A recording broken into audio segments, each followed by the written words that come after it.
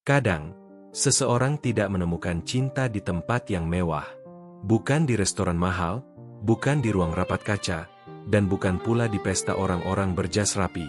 Kadang, cinta justru ditemukan di sudut pasar loak, di antara jam tua yang mati, radio rusak, dan barang antik murah yang hampir dibuang orang. Itulah yang terjadi pada Gentra Mahesvara, seorang CEO muda yang hidupnya tampak sempurna, sampai ia bertemu Larasati Wening, gadis penjaga pasar loak yang sederhana, tetapi menyimpan rahasia besar di balik senyumnya. Gentra Mahesvara dikenal sebagai CEO muda dari Mahesvara Living Group, perusahaan properti dan interior yang sedang naik daun. Dari luar, hidup Gentra terlihat seperti impian banyak orang. Ia punya kantor tinggi di pusat kota, mobil hitam mengilap, dan jadwal yang penuh dengan pertemuan penting. Namun, ada satu kebiasaan Gentra yang tidak banyak diketahui orang. Setiap akhir pekan, ia suka pergi sendirian ke pasar loak. Bukan untuk membeli barang mahal, melainkan mencari benda-benda tua yang dianggap tidak berguna oleh orang lain. Baginya, barang antik punya cerita. Sebuah jam tua mungkin pernah menemani seseorang menunggu kabar. Sebuah cermin retak mungkin pernah menyimpan wajah keluarga yang kini tinggal kenangan. Di sanalah Gentra merasa lebih manusiawi. Suatu minggu pagi, Gentra datang ke pasar loak Sagara Tua, sebuah pasar kecil di pinggir kota yang terkenal sempit, ramai, dan sedikit berdebu. Pasar itu bukan tempat yang cocok untuk sepatu mahalnya, tetapi Gentra tidak peduli. Ia datang memakai kemeja linen sederhana, topi lusuh, dan masker agar tidak mudah dikenali. Tidak ada ajudan, tidak ada sopir yang mengikuti dari belakang. Ia hanya membawa tas kecil dan uang tunai secukupnya. Saat berjalan di lorong pasar, matanya berhenti pada sebuah kios kecil yang paling rapi di antara kios lain. Barang-barangnya tersusun dengan teliti. Ada kamera tua, teko porselen, lukisan kecil, dan kotak kayu berukir bunga Tanjung. Di belakang meja, seorang gadis sedang membersihkan radio tua dengan kuas kecil. Gadis itu bernama Larasati Wening. Orang-orang pasar memanggilnya Lara. Usianya belum genap 25, tetapi cara bicaranya tenang, seperti orang yang sudah terlalu sering menghadapi hidup tanpa banyak mengeluh. Lara menjaga kios milik ayahnya, Pak Jabar, seorang kolektor barang bekas yang sudah bertahun-tahun sakit-sakitan. Sejak kecil, Lara tumbuh di antara barang-barang tua. Ia tahu cara membedakan tembaga asli dan tiruan, tahu mengapa kayu jati tua punya aroma berbeda, dan tahu bahwa tidak semua yang murah berarti tidak bernilai. Saat Gentra berhenti di depan kiosnya, Lara tidak langsung menawarkan barang. Ia hanya berkata pelan, "Kalau mau lihat-lihat, silakan. Tapi jangan menawar sebelum tahu ceritanya." Kalimat itu membuat Gentra tersenyum. Biasanya, pedagang pasar akan langsung menyebut harga, bahkan sebelum pembeli menyentuh barang. Namun, Lara berbeda. Ia seperti penjaga museum kecil, bukan sekadar penjual. Gentra menunjuk sebuah kompas tua berwarna kusam. "Ini berapa?" tanyanya. Lara mengambil kompas itu, lalu membersihkan kacanya dengan kain halus. "Murah kalau Bapak cuma lihat karatnya. Tapi mahal kalau Bapak tahu benda ini pernah dipakai pelaut tua yang pulang setelah 20 tahun hilang." Gentra mengangkat alis. Cerita itu benar. Lara menatapnya sebentar. "Di pasar loak, Tuan, yang paling susah dijual bukan barangnya. Yang paling susah dijaga adalah ingatannya."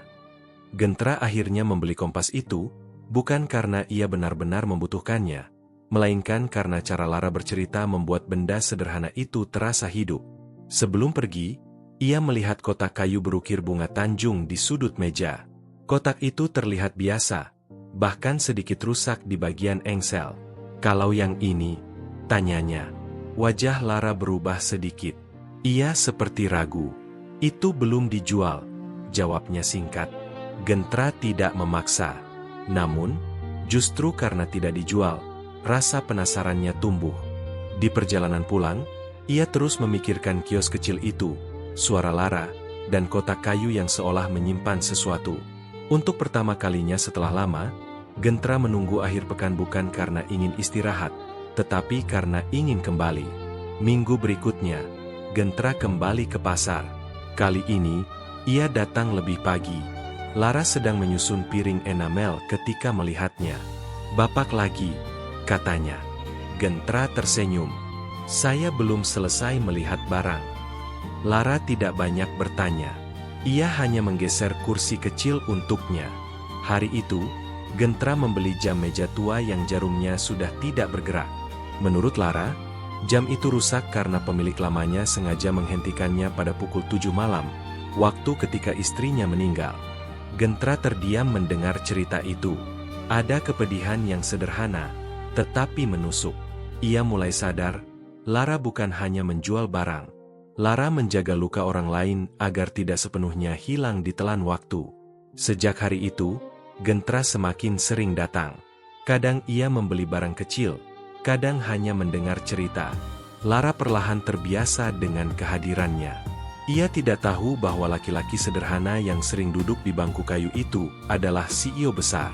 Bagi Lara, Gentra hanyalah pelanggan aneh yang tidak pernah ribut menawar dan selalu mendengar sampai selesai. Suatu sore, hujan turun deras. Pasar menjadi becek, dan beberapa pedagang menutup kios lebih cepat. Gentra terjebak di kios Lara. Mereka duduk berdua, ditemani suara hujan di atap seng. Di sela hujan itulah Lara bercerita tentang ayahnya, tentang pasar yang mulai sepi, dan tentang ancaman penggusuran yang diam-diam menghantui semua pedagang. Lara mengatakan, beberapa bulan terakhir, ada perusahaan besar yang ingin membeli lahan pasar Sagara Tua. Katanya, pasar itu akan diubah menjadi pusat belanja modern. Para pedagang diberi janji relokasi, tetapi tidak ada kepastian. Bagi orang luar, pasar Loak mungkin terlihat kumuh. Namun bagi Lara, pasar itu adalah rumah kedua. Di sana ibunya pernah berjualan sebelum meninggal. Di sana ayahnya mengajarinya membaca sejarah dari benda-benda kecil. Gentra mendengar dengan dada yang terasa berat. Ia tahu proyek itu. Bahkan lebih buruk lagi, proyek pusat belanja modern itu berada di bawah perusahaan keluarganya sendiri, meskipun dikelola oleh direktur ekspansi bernama Pramudya Seta. Saat itu, Gentra memilih diam. Diamnya Gentra bukan karena ia tidak peduli. Ia hanya belum siap mengatakan siapa dirinya. Ia takut Lara akan berubah sikap. Ia takut semua percakapan yang terasa tulus itu mendadak menjadi dingin. Namun, kebohongan kecil sering tumbuh menjadi dinding besar. Setiap kali Lara bercerita tentang kegelisahan para pedagang, Gentra merasa seolah ia sedang mendengar tuduhan yang pantas ia terima. Di kantor, Pramudya terus menekan agar akuisisi pasar dipercepat. Menurut Pramudya, pasar itu tidak produktif, tidak rapi, dan tidak cocok dengan wajah kota modern. Gentra mulai terusik. Ia bertanya, apakah kita sudah bicara langsung dengan pedagang? Pramudya tertawa kecil. "Pak Gentra, bisnis tidak bisa berjalan pakai perasaan." Ucapan Pramudya terdengar masuk akal bagi banyak orang di ruang rapat, tetapi tidak bagi Gentra. Sejak mengenal Lara, ia mulai melihat angka dengan cara berbeda. Di balik satu bidang tanah, ada keluarga. Di balik satu kios kecil, ada anak yang sekolah dari uang receh hasil jual beli barang bekas. Di balik pasar yang terlihat berantakan, ada jaringan hidup yang tidak bisa dipindahkan begitu saja. Malam itu, Gentra pulang membawa beberapa dokumen proyek. Ia membaca detailnya satu persatu. Ada sesuatu yang janggal. Beberapa tanda tangan persetujuan pedagang terlihat seragam, seperti dibuat oleh tangan yang sama. Gentra mulai curiga. Ia menyuruh sekretaris pribadinya, Bian, memeriksa ulang dokumen tanpa memberitahu Pramudya. Sementara itu, hubungan Gentra dan Lara semakin dekat. Namun kedekatan itu tidak pernah tergesa-gesa. Mereka tidak banyak bicara tentang perasaan. Mereka lebih sering membicarakan benda. Lara pernah menunjukkan sebuah kamera lama yang filmnya masih tertinggal. Gentra membantu mencucikan film itu melalui kenalannya. Ketika hasilnya keluar, ternyata foto-foto di dalamnya memperlihatkan wajah sebuah keluarga sederhana pada tahun 90-an. Lara menatap foto itu lama sekali, lalu berkata, "Kadang barang tua itu seperti orang tua. Mereka cuma ingin ada yang mendengar sebelum benar-benar dilupakan." Gentra menatap Lara dan merasa, di balik kesederhanaannya, Gadis itu punya cara pandang yang tidak bisa dibeli dengan uang sebanyak apapun. Namun, rahasia Gentra tidak bisa bertahan selamanya. Suatu pagi, Pramudia datang langsung ke pasar Sagara Tua bersama beberapa staf, membawa map dan rencana pengosongan lahan. Para pedagang panik. Lara berdiri di depan kiosnya, mencoba menenangkan ayahnya yang mulai batuk karena emosi. Gentra kebetulan datang dari lorong belakang dan melihat kerumunan itu. Ketika Pramudia melihat Gentra, wajahnya berubah. Ia langsung mendekat dan berkata dengan sopan, "Pak Gentra, saya tidak tahu Bapak akan datang meninjau langsung." Seketika pasar hening. Lara menoleh pelan. Matanya bertemu mata Gentra. Dalam 1 detik, semua cerita, semua senyum, dan semua kepercayaan seperti runtuh bersamaan. Lara tidak berteriak. Justru itu yang membuat Gentra semakin terluka. Ia hanya memandangnya dengan wajah pucat. "Jadi selama ini Bapak bagian dari mereka?" tanyanya pelan. Gentra mencoba menjelaskan, tetapi Lara mengangkat tangan. "Tidak perlu. Saya mengerti sekarang kenapa Bapak suka mendengar cerita pasar ini. Mungkin untuk tahu bagian mana yang paling mudah dihancurkan." Kalimat itu lebih tajam daripada amarah. Para pedagang mulai berbisik. Pak Jabar menatap Gentra dengan kecewa. Gentra ingin mengatakan bahwa ia tidak tahu semuanya sejak awal, tetapi ia sadar, niat baik yang terlambat tetap terasa seperti pengkhianatan. Hari itu, Lara menutup kiosnya sebelum matahari turun. Gentra pulang tanpa membeli apapun. Sejak kejadian itu, Lara menolak bertemu Gentra. Setiap kali Gentra datang, kios itu dijaga oleh tetangga pasar. "Mbak Lara lagi mengantar bapaknya berobat." Begitu jawaban yang selalu ia terima.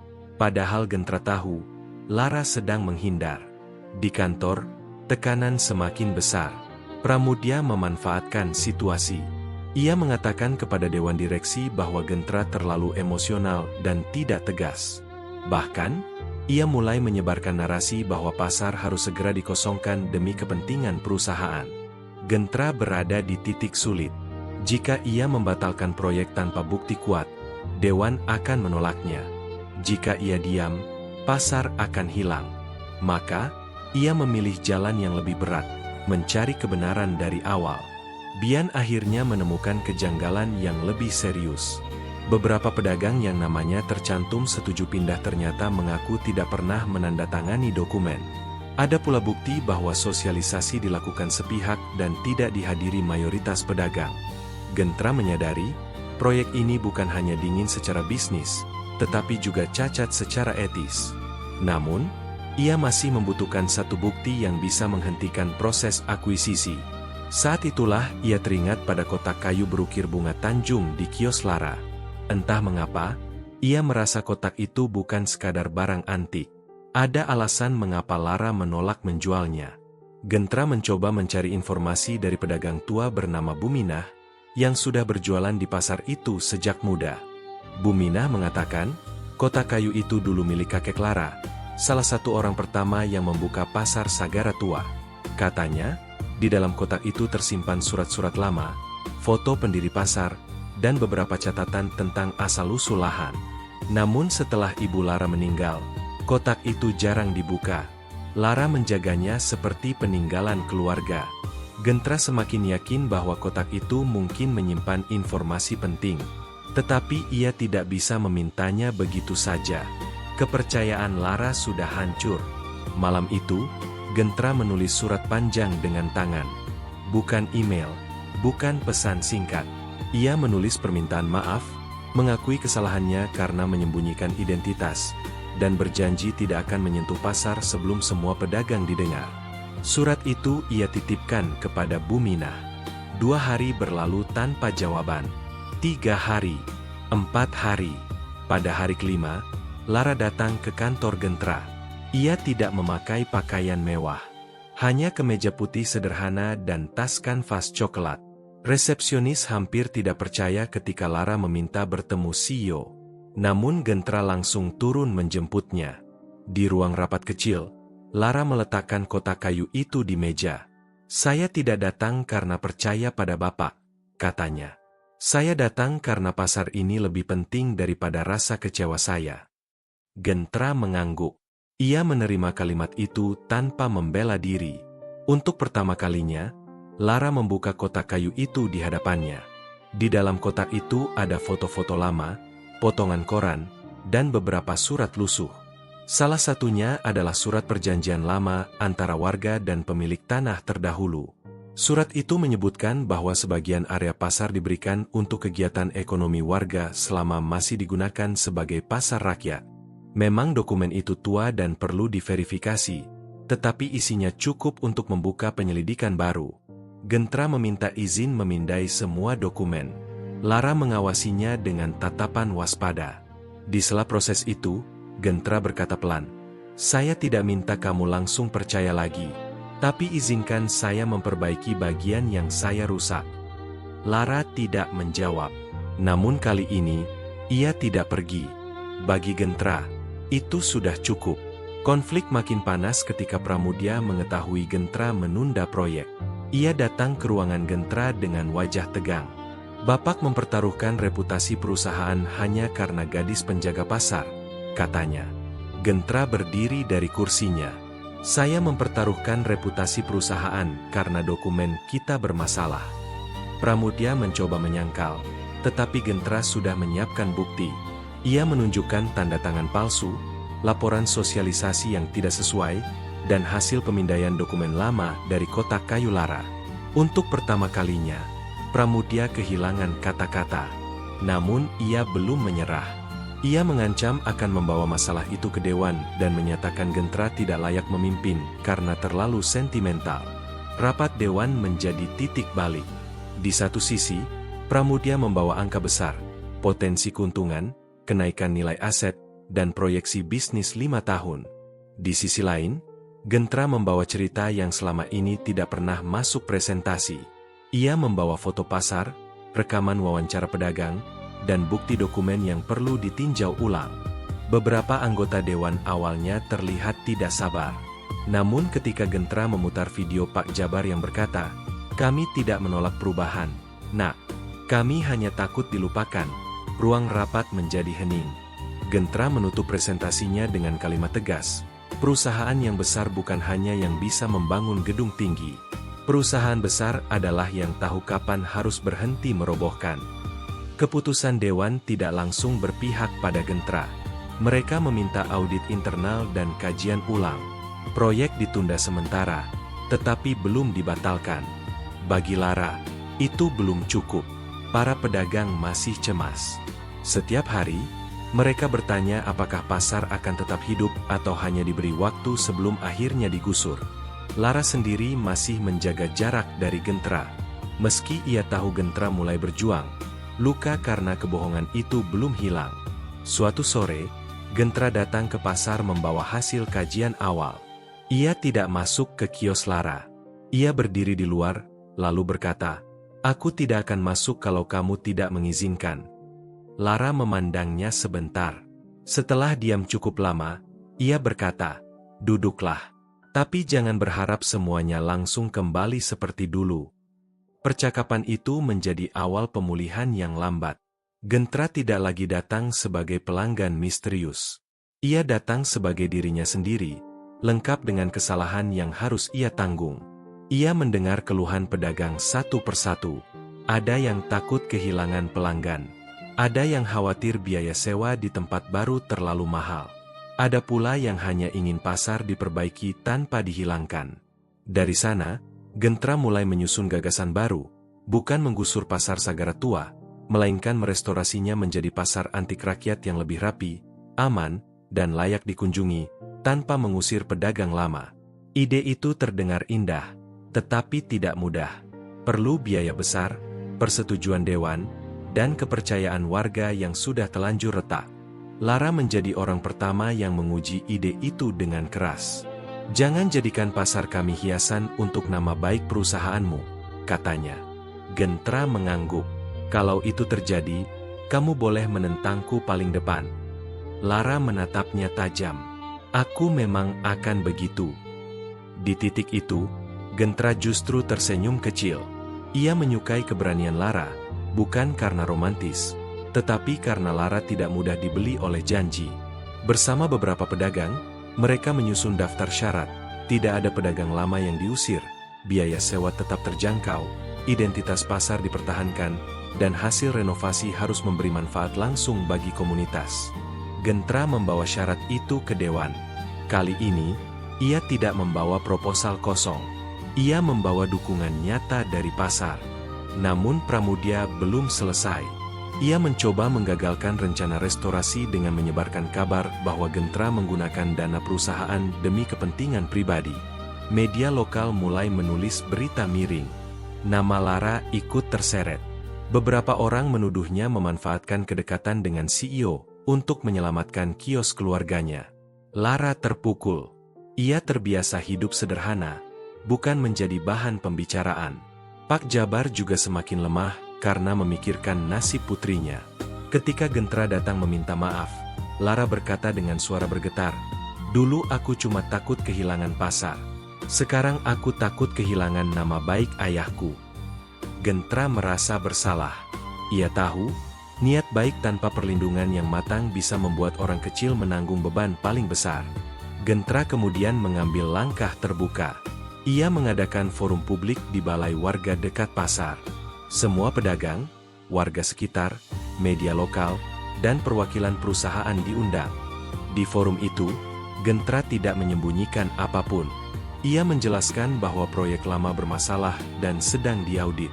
Ia juga menegaskan bahwa Lara bukan penerima keuntungan pribadi, melainkan salah satu warga yang berani membuka data sejarah pasar. Ketika wartawan bertanya apakah hubungan pribadinya dengan Lara memengaruhi keputusan bisnis, Gentra menjawab tenang. Yang memengaruhi keputusan saya adalah bukti, etika, dan suara warga. Perasaan pribadi saya tidak boleh merugikan mereka, tetapi juga tidak boleh membuat saya pura-pura tidak melihat ketidakadilan. Jawaban itu membuat suasana forum berubah. Para pedagang mulai berani bicara. Buminah menceritakan bagaimana ia membesarkan 3 anak dari kios kecilnya. Seorang tukang reparasi jam mengatakan bahwa pasar itu bukan hanya tempat jual beli, tetapi tempat orang belajar memperbaiki, bukan membuang. Lara akhirnya berdiri. Suaranya sempat bergetar, tetapi ia tetap bicara. Kami tidak anti kemajuan. Kami hanya ingin dilibatkan.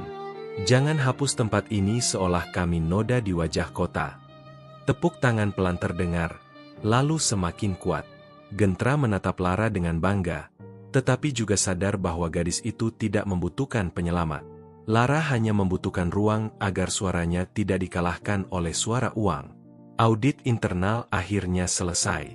Hasilnya membuktikan bahwa dokumen persetujuan proyek memang bermasalah. Pramudia dicopot dari posisinya dan harus bertanggung jawab atas manipulasi administrasi.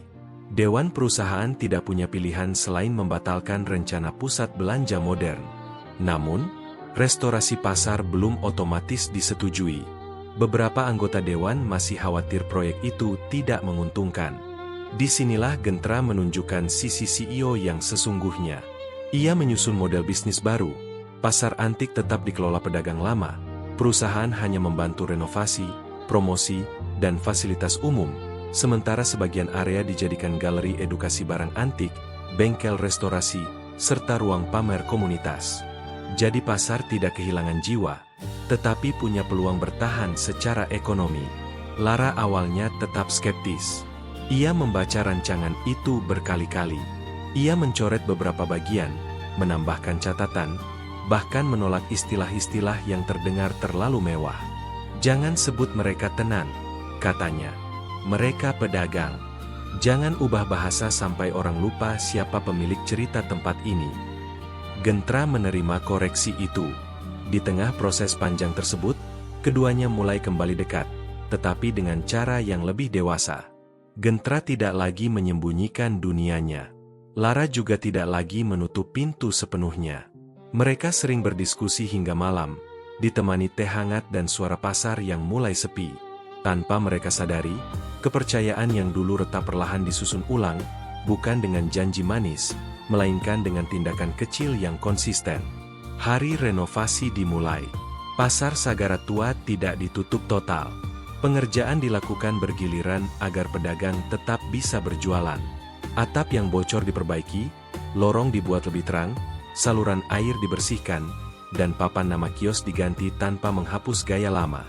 Lara mengawasi proses itu seperti menjaga rumah sendiri. Gentra sering turun langsung, bukan untuk pencitraan, tetapi memastikan timnya tidak memaksakan desain yang menghilangkan karakter pasar. Suatu sore, mereka menemukan dinding lama di belakang kios Lara. Setelah dibersihkan, terlihat mural pudar bergambar bunga Tanjung, sama seperti ukiran di kotak kayu keluarganya. Pak Jabar menangis ketika melihatnya. Ia berkata, "Ibumu dulu yang melukis itu, Lar." Momen itu membuat Lara luluh. Selama ini, ia menjaga pasar bukan hanya karena ekonomi, tetapi karena ada jejak ibunya di sana. Gentra baru benar-benar memahami betapa dalam arti tempat itu bagi Lara. Malamnya, Lara duduk di depan kios, memegang kotak kayu yang dulu menjadi sumber bukti penting. Gentra duduk agak jauh, memberi ruang. Setelah lama diam, Lara berkata, "Aku masih marah kalau ingat kamu bohong." Gentra menunduk. "Aku tahu." Lara melanjutkan, "Tapi aku juga tahu kamu bisa saja memilih diam dan menyelamatkan dirimu sendiri. Kamu tidak melakukannya." Gentra tidak langsung menjawab. Baginya, itu bukan pujian. Itu pengingat bahwa kepercayaan harus terus dijaga, bukan dirayakan terlalu cepat. Beberapa bulan kemudian, Pasar Sagaratua resmi dibuka kembali dengan wajah baru. Tidak mewah berlebihan, tetapi jauh lebih bersih, nyaman, dan hidup. Pengunjung datang bukan hanya untuk membeli barang antik, tetapi mendengar cerita dari para pedagang. Ada sudut reparasi jam, kelas kecil merawat barang lama, dan galeri foto sejarah pasar. Kios Lara menjadi salah satu yang paling ramai, bukan karena ia terkenal sebagai gadis yang dekat dengan CEO, melainkan karena cara bercerita Lara membuat setiap barang terasa punya nyawa. Gentra datang pada hari pembukaan, kali ini tanpa menyamar. Namun ia tidak berdiri di panggung terlalu lama. Ia memilih berdiri di antara pedagang, membiarkan mereka menjadi pusat perhatian. Pak Jabar yang sudah membaik duduk di kursi kayu dekat kios. Ia memanggil Gentra dan memberinya sebuah benda kecil, kompas tua yang dulu pertama kali dibeli Gentra. Gentra terkejut. "Ini kan milik saya, Pak." Pak Jabar tersenyum. "Lara membelinya kembali dari koleksimu diam-diam," katanya. "Kompas ini harus pulang ke orang yang akhirnya menemukan arah." Gentra menatap Lara. Gadis itu pura-pura sibuk merapikan barang, tetapi pipinya tampak memerah. Untuk pertama kalinya, Gentra merasa semua perjalanan itu seperti lingkaran yang selesai. Ia datang ke pasar untuk mencari barang antik murah, tetapi justru menemukan sesuatu yang jauh lebih berharga, arah hidup yang lebih benar. Sore menjelang, pasar mulai diterangi lampu-lampu kecil. Musik akustik terdengar pelan dari sudut galeri. Gentra mendekati Lara yang sedang menutup kotak kayu. "Lar," katanya pelan, "aku tidak ingin buru-buru meminta tempat di hidupmu. Aku tahu aku pernah merusak kepercayaanmu. Tapi kalau suatu hari kamu mengizinkan, aku ingin berjalan di sampingmu, bukan di depanmu, bukan juga di belakangmu." Lara terdiam. Ia menatap pasar, lalu menatap ayahnya, para pedagang, dan akhirnya Gentra. "Aku tidak suka janji besar," jawabnya. "Aku lebih percaya langkah kecil." Gentra mengangguk. Lara kemudian tersenyum tipis. "Jadi mulai besok, datanglah bantu angkat barang. Kita lihat kamu tahan berapa lama." Gentra tertawa, dan tawa itu terdengar ringan, seperti beban panjang yang akhirnya turun dari pundaknya. Sejak hari itu, Gentra benar-benar datang membantu. Kadang ia mengangkat lemari tua, kadang mengecat rak, kadang hanya duduk mendengar Lara bercerita kepada pengunjung. Orang-orang pasar perlahan menerima kehadirannya, bukan sebagai CEO besar, tetapi sebagai seseorang yang mau belajar menghargai tempat itu. Hubungan Gentra dan Lara tumbuh tanpa sorotan berlebihan. Mereka tidak perlu pengakuan dramatis. Cukup dari cara Gentra selalu datang, dan cara Lara mulai menyediakan teh hangat untuknya tanpa diminta. Di antara barang-barang tua yang pernah dianggap tidak bernilai, dua hati yang sama-sama pernah terluka menemukan cara untuk diperbaiki. Pada akhirnya, cerita Gentra dan Lara mengajarkan bahwa tidak semua yang terlihat usang layak dibuang. Ada benda yang hanya perlu dibersihkan agar kembali bercahaya. Ada tempat yang hanya perlu didengar agar kembali hidup. Dan ada hati yang hanya perlu diberi waktu agar berani percaya lagi. Gentra datang ke pasar loak untuk mencari koleksi murah, tetapi ia pulang membawa pelajaran yang tidak ternilai, bahwa cinta sejati tidak selalu datang dari kesempurnaan, melainkan dari keberanian memperbaiki kesalahan. Semoga kita semua dipertemukan dengan orang-orang baik, yang tidak hanya hadir saat hidup kita indah, tetapi juga bersedia tinggal saat kita sedang belajar menjadi lebih baik. Kalau cerita ini menyentuh hati, simpan doanya, sebarkan kebaikannya, dan semoga hari-hari Anda selalu diberi jalan yang lembut.